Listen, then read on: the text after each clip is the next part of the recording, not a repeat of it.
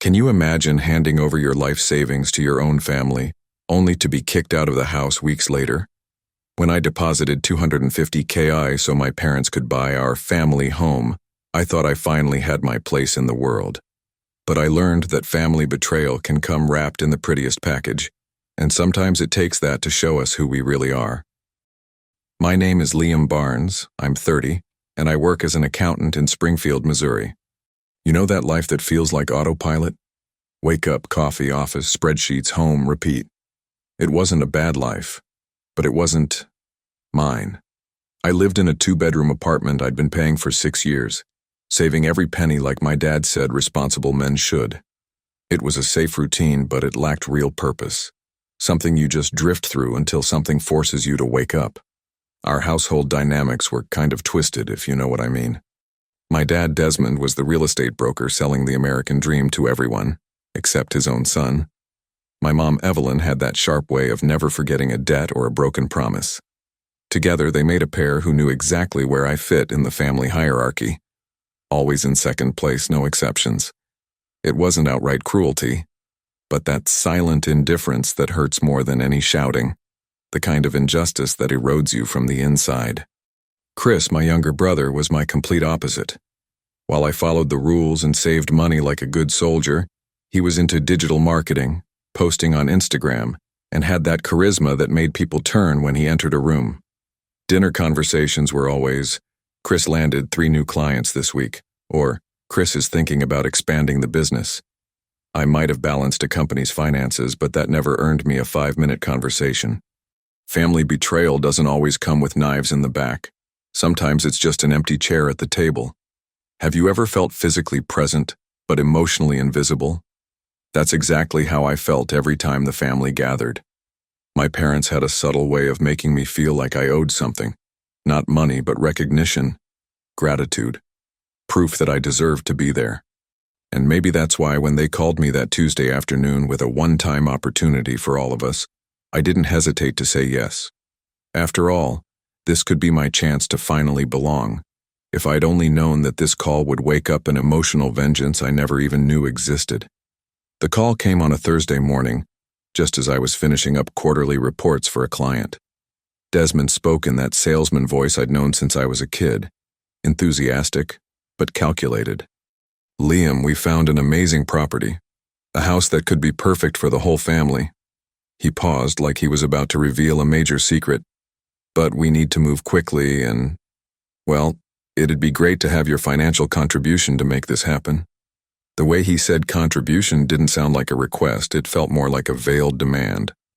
2 days later, I was sitting at their kitchen table surrounded by the houseplants my mom cared for more tenderly than she ever seemed to care for me. Evelyn spread out the floor plans like she was unveiling buried treasure. "Look at this, Liam. 5 bedrooms, 3 bathrooms, a huge backyard." She pointed out every detail, eyes sparkling. "Imagine the family gatherings we could have here. Finally, a place big enough for all of us." Chris was there too, nodding and smiling like he could already see the future. For the first time in years, I actually felt included. What a fool I was. When they got to the numbers, my stomach dropped. $250,000. That was basically my entire decade of savings. Desmond explained they could finance the rest, but they needed a solid down payment to secure the loan approval. "It's an investment in the family, son. When we're older, we'll all benefit from this," my mom added in that rare maternal tone she hardly ever used with me. "You've always been the most responsible with money, Liam. Of course it makes sense for you to help us now." It was hard to say no when I was finally being treated like I mattered. Or at least that's what I wanted to believe. In the end, I signed off on the transfer without even consulting a lawyer. The first betrayal I committed against myself. They promised my name would be on the deed, that I'd have legal ownership in the property. "Trust us, Liam, we're family." As I typed my bank password into the app, I felt a strange mix of anxiety and excitement. I was finally doing something that meant something to them. 3 days later, the money left my account. 4 weeks later, when I called to check on the paperwork, that's when I found out family betrayal can wear the mask of generosity. The call that changed everything lasted exactly 3 minutes and 17 seconds. Evelyn spoke with that sweet voice of someone about to deliver bad news. Liam, dear, about the house. There's been a change of plans. We decided it would be better if you looked for another place to stay. She paused as if waiting for me to ask why. It's just that Chris will need a bigger office to expand his business and, well, you understand, right? It's temporary. Temporary. That word kept echoing in my head like a broken bell. I hung up and stared at the wall for a good 10 minutes. You know that feeling when you get punched in the stomach and it takes a few seconds for the pain to hit? That's exactly how it felt. First came the shock, then the slow, painful realization of what had happened. $250,000. My house, my family. Everything had gone up in smoke during a phone call. I didn't scream, I didn't curse, I didn't call back to make a scene. Instead, I went to the kitchen, made some coffee, and sat at the table where I had signed that transfer. The injustice was so absurd it almost felt like a cruel joke. That same afternoon, I started moving in silence. I picked up my phone and made a mental list of everything I needed to check. First, I called my bank and requested a detailed statement of the transfer. Then I looked up the number of a real estate lawyer that a client had mentioned months ago. It wasn't about emotional revenge yet. It was about understanding exactly what had happened. My parents thought I was just the obedient son who would accept everything quietly. They were about to find out they had completely underestimated who I really was. I spent the next few days organizing documents, screenshotting WhatsApp messages, saving emails. Every piece of evidence felt like a puzzle piece forming a very ugly picture. I discovered that the house purchase had been finalized a week before they even called me asking for money. My name wasn't on any of the documents. Worse, they had used my contribution to pay off personal debts, not for the house down payment. The family betrayal wasn't just emotional, it was also financial. Meanwhile, I kept my routine the same. Went to work, greeted colleagues, reviewed spreadsheets as if nothing had happened. But inside, something had changed forever. I was no longer Liam who accepted scraps of attention. I was no longer the son who settled for being invisible. That Friday, when Chris posted a picture on Instagram celebrating his new home office in the room that was supposed to be mine, I knew it was time to stop being the nice guy. Sometimes the only way to restore balance is to make people face the consequences of their own choices. The following Monday, I was at the office when my phone rang. Unknown number, Montana area code. Normally, I wouldn't answer, but something told me to pick up. On the other end, a raspy, tired voice. "Are you Liam Barnes, Desmond's son?" I confirmed, curious. "My name is Klein. I'm a friend of your grandfather, Theodore. He asked me to find you." My blood ran cold. "What grandfather?" "Desmond always said his parents died when I was a baby." Klein continued, "Your grandfather is very ill, son. He wants to see you before it's too late." The conversation lasted only a few minutes, but it was enough to turn my world upside down. Theodore Barnes, my paternal grandfather, was alive and living in Cheyenne, Wyoming. Not only alive, but also married to Helen, my grandmother, for over 5 decades. Klein gave me their address and said they had been waiting to see me for decades. "Your father, well, let's just say there was a very serious falling out, but you deserve to know the truth." I hung up the phone with my hands shaking. My whole family was a lie built on more lies. I took time off work and drove to Cheyenne that same week. The house was simple but welcoming, the kind of place you look at and just know kind people live there. Theodore opened the door and it was like looking into a mirror of my future. Even at 78, he had the same bone structure as me, the same brown eyes. "Liam," he said, his voice cracking. "Son, you look just like your father did when he was young." Helen appeared behind him, a small woman with white hair and a warm smile. "Come in, sweetheart. We have so much to talk about." In the first few minutes, we talked about small things.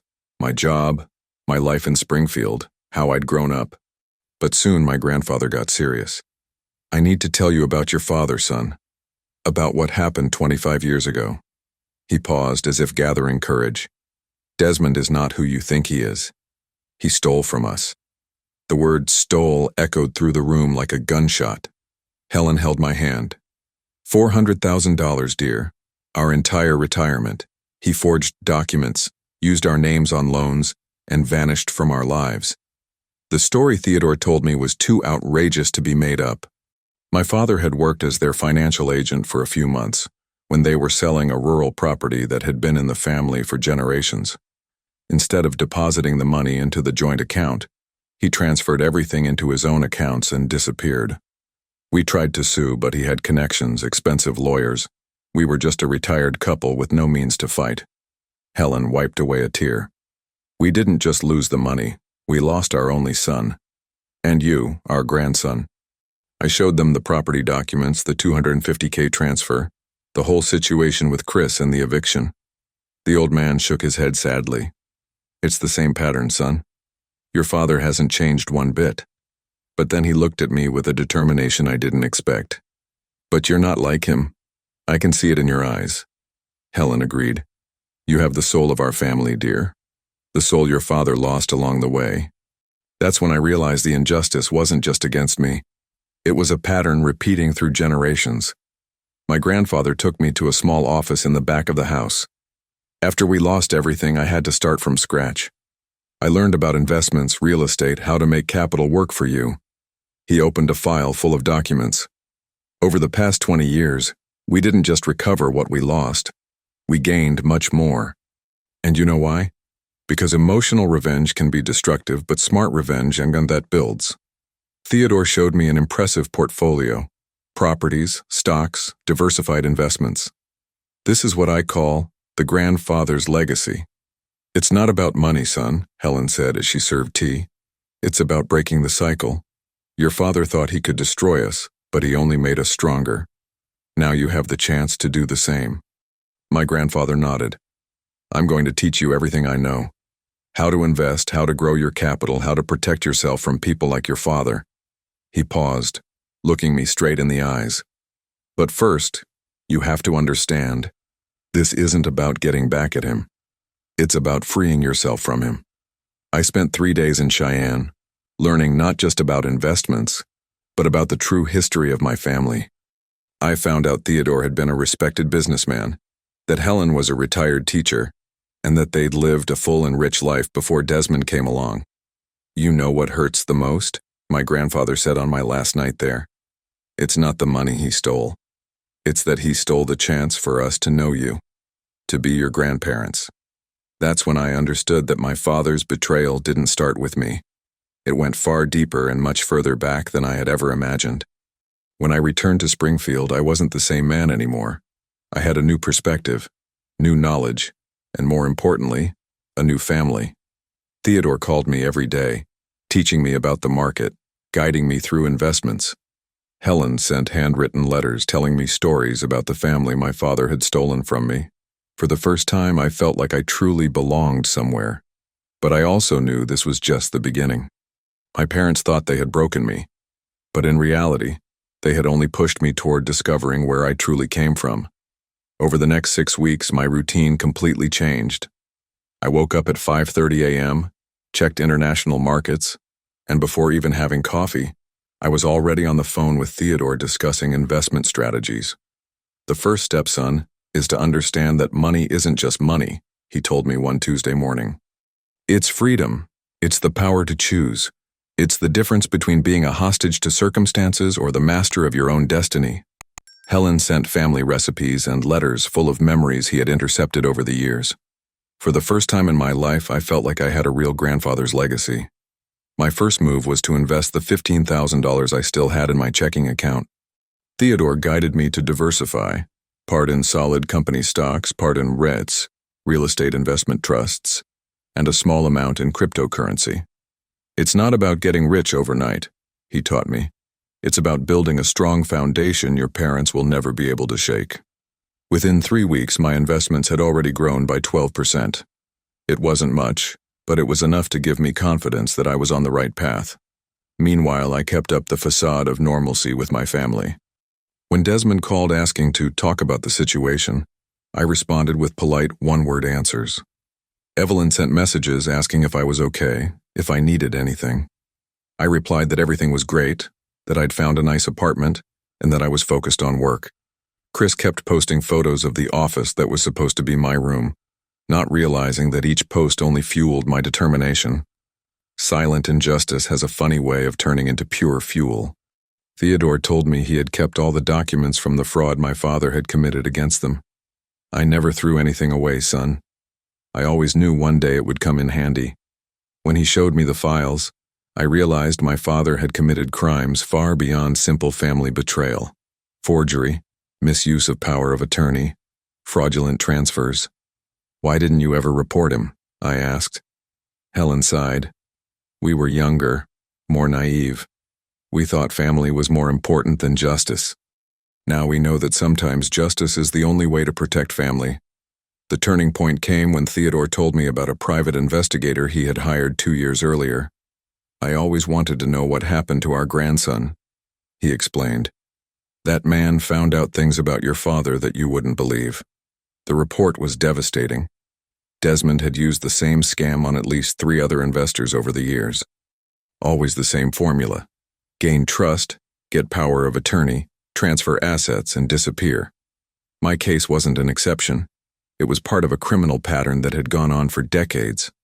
That was the moment I realized this wasn't just a personal issue. It represented something bigger, systemic. My father wasn't just a bad parent. He was a criminal who used family ties to commit fraud.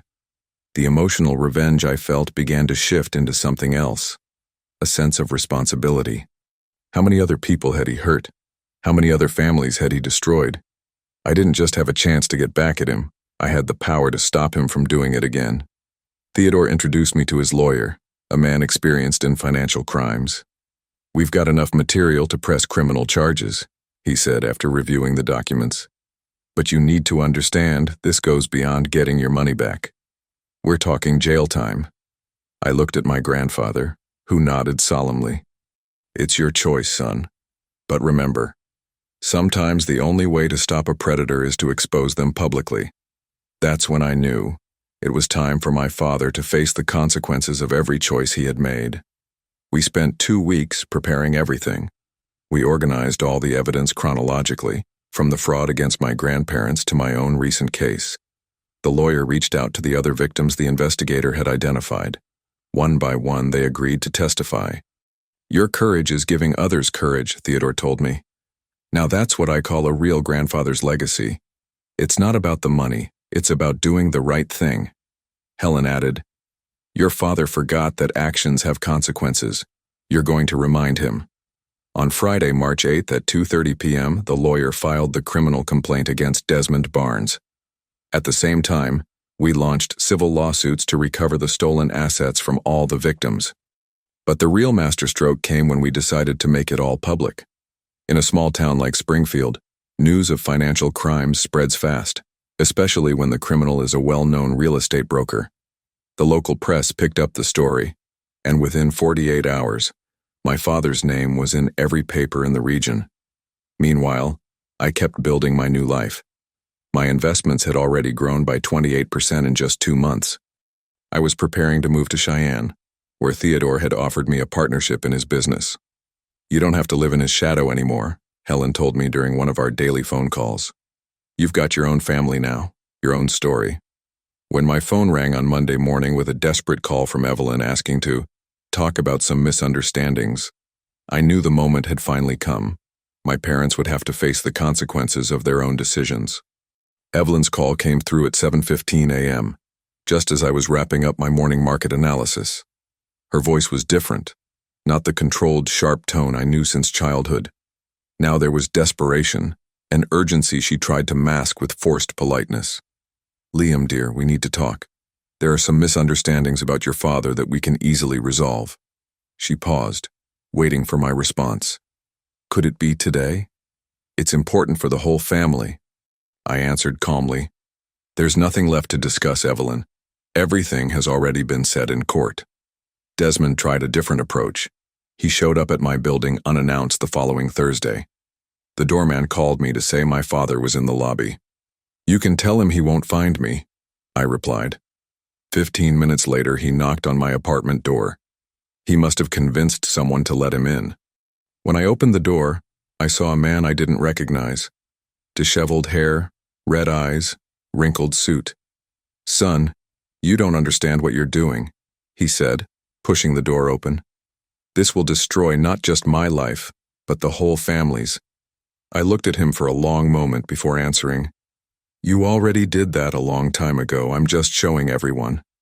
Their strategy changed once they saw that pleas weren't working.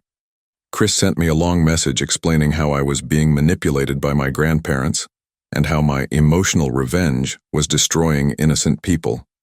You've always been the rational brother, he wrote. Don't let hurt turn you into someone you're not. I didn't reply. 3 days later, he tried calling during lunch. I let it go to voicemail. At the end of the week, I received an email from Evelyn with photos from our childhood, saying, family is forgiveness, and that past mistakes shouldn't define the future. I deleted it without finishing. The criminal case progressed quickly. On Friday, the lawyer called with updates. We have 2 more victims who came forward after the media coverage. The prosecutor is confident about conviction. Desmond had tried to hire a famous criminal attorney, but by then half his assets were already frozen by the court. Theodore told me my father had tried contacting them too, after decades of silence. He said you were lying about everything, my grandfather remarked with a bitter laugh. After 25 years, he still thinks we're stupid. The injustice I'd felt for so long began to shift into something different, a sense of closure, of a cycle complete. It wasn't satisfaction exactly, but a strange kind of peace. My father was finally facing the consequences of his choices. The other victims were recovering their funds. I had found my true family. When my mother texted me saying, "You won, you can stop now," I realized she still didn't understand that it was never about winning or losing. It was about truth and accountability. My life in Cheyenne began taking shape. Theodore introduced me to his business partners, and I was learning market insights I'd never considered. You have a knack for this, he told me after a particularly productive meeting. But even more importantly, you have character. Your father only had instinct. Helen had prepared the guest room for me, but I ended up staying there for weeks. You don't need to rush, she told me. For the first time, you have the time to discover who you really are. The grandfather's legacy wasn't just about money. It was about rebuilding an identity my father tried to erase. 2 months after the case began, Desmond was indicted for fraud, document forgery, and misuse of power of attorney. The news ran in the local paper with a photo of him being escorted into the police station. Evelyn called me that night crying. Are you happy now? She sobbed. Your father is going to jail because of your stubbornness. I responded with the same coldness she'd used toward me for all those years. He's going to jail because of his own crimes. I just gave the victims a voice. She hung up on me. That was the last conversation we had. Chris made one final reconciliation attempt, showing up at my Springfield office the following week. Liam, you made your point, he said, sitting down at my desk uninvited. Now we can be a normal family again. I looked at him, my younger brother who always had it easy, who never questioned where the money came from or why I was treated differently. We were never a normal family, Chris, I replied. You were just pretending we were. He tried to argue, but I was already packing my things. Enjoy your office, and I said as I walked out. I hope it was worth it. My move to Cheyenne happened on an April morning. It wasn't dramatic, just a few boxes in the trunk, important documents, and a new outlook on life. Theodore and Helen waited for me on the porch, as if I were a grandson returning home after a long journey. Welcome to the real family, Helen said, hugging me. In that moment, I understood that family betrayal wasn't just about what my father did to me. It was about all the years he'd stolen from me and my grandparents, all the stories he'd erased, all the love he intercepted. 3 months later, I received a letter in the mail. It was from Evelyn, handwritten, asking for forgiveness and saying she finally understood what had happened. She mentioned that Desmond had been sentenced to 4 years in prison and that the house had been sold to cover restitution. I know you won't forgive me, she wrote at the end, but I want you to know you were right. I folded the letter and tucked it into a drawer, not out of anger, but because some bridges once burned cannot be rebuilt. Some distances are necessary for healing to occur. Emotional revenge had transformed into something more valuable: freedom. 6 months after moving to Cheyenne, I woke up on a relaxed Saturday morning. No urgent spreadsheets, no pressure to impress people who never valued me. The house Theodore helped me buy was 20 minutes from their property, close enough to keep our bond, far enough for my own routine. My home office had a mountain view, and for the first time in my life, working didn't feel like an obligation but a choice. The investments I learned from my grandfather already accounted for 40% of my monthly income. The grandfather's legacy wasn't just about money, it was about building a life with purpose, far from the toxicity that surrounded me for decades. The morning was peaceful when Helen called, inviting me for breakfast with them. "A letter arrived for you," she said with that familiar, mysterious smile. It was from one of my father's victims, a 67-year-old woman named Margaret, who had lost her retirement savings years before. "I want you to know that your courage gave me strength to move forward," she wrote. "I regained not only my money but my dignity. Thank you for showing that injustice doesn't have to be accepted in silence." I finished reading her letter with a lump in my throat. It wasn't about emotional revenge. It never was. It was about giving a voice to those who had been silenced. Theodore and I expanded the business to include financial counseling for people who'd been victims of family fraud. "You have a unique perspective," he said as we reviewed our business plan. "You know the pain from the inside, but also how to rebuild." Helen suggested we add an emotional support program alongside the financial one. Money you can get back, but trust, that takes longer to restore. In the first 3 months, we helped 17 people reorganize their finances and their lives. Each case was a reminder that my experience, as painful as it was, had a greater purpose. Every now and then, when the morning silence got too deep, I'd look at Margaret's letter and remember that something good had come from all that mess. It wasn't about defeating my parents or proving I was better. It meant breaking a cycle that could have lasted generations. The family I always wanted wasn't in Springfield, pretending to be united. It was here, in Cheyenne, built on truth, respect, and genuine love. Sometimes, the biggest family betrayal is discovering that you never needed them to be whole. Real emotional revenge isn't destroying the ones who hurt you. It's building a life so full that the pain they caused becomes irrelevant. And now, I turn to you. Yes, you who stayed with me on this journey. Have you ever gone through something similar in your family? Have relatives excluded you from important decisions or betrayed you over money? Share your experience in the comments. I want to know how you dealt with injustice in your family and if you had to make a tough choice to protect yourself from someone who should have loved you.